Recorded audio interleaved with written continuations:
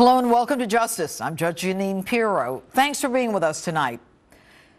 You are now seeing the dawn of a new era where the torture is medieval, the enemy barbaric, and the consequence to your freedom enormous.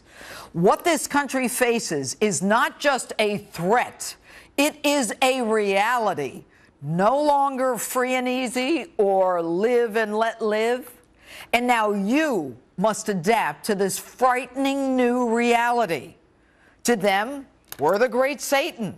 To them, we're the infidels.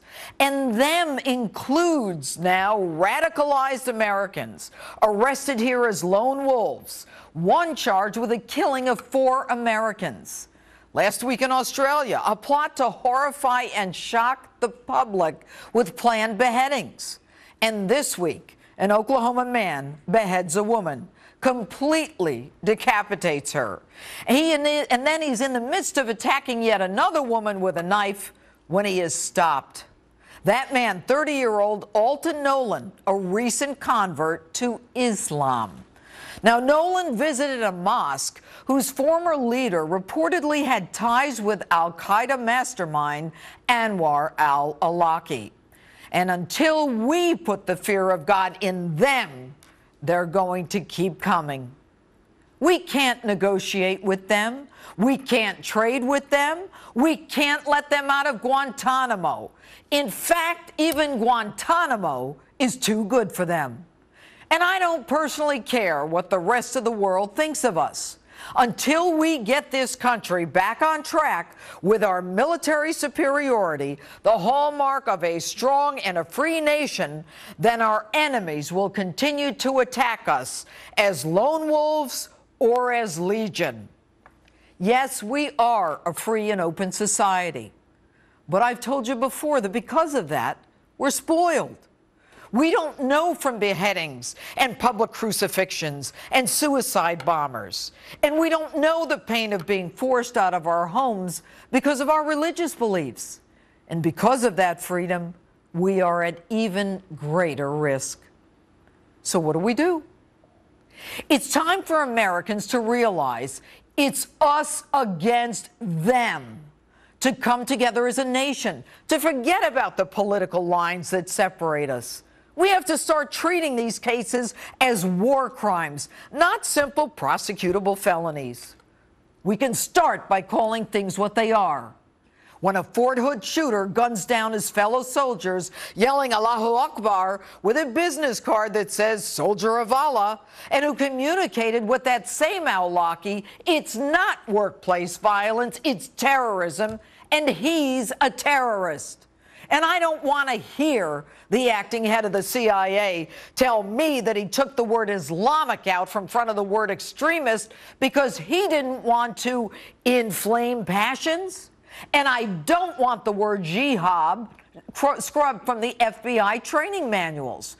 And I don't want to hear that ISIS is not an Islamic state, any more than the USA is not the United States of America, or that we're not states, or that we're not united.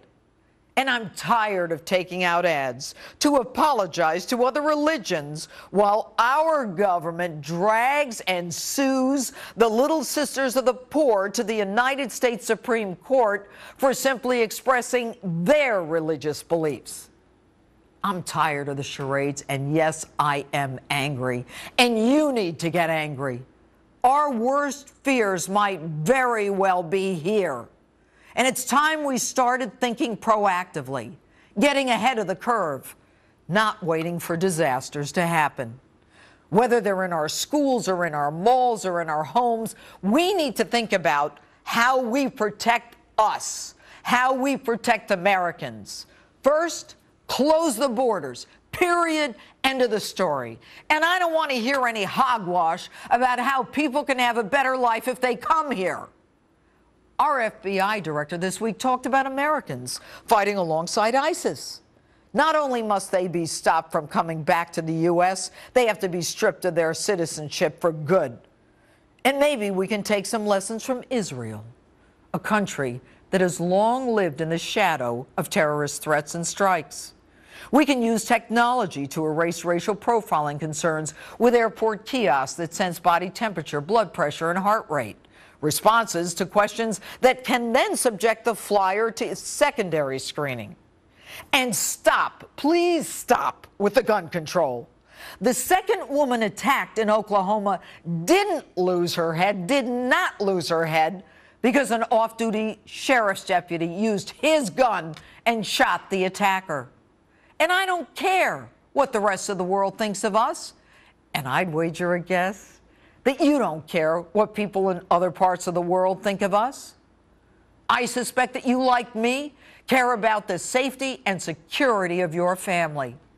And it's not going to happen until you realize the world is different, the rules are different, and the consequences are enormous. And that's my open. Now we're going to go to the latest on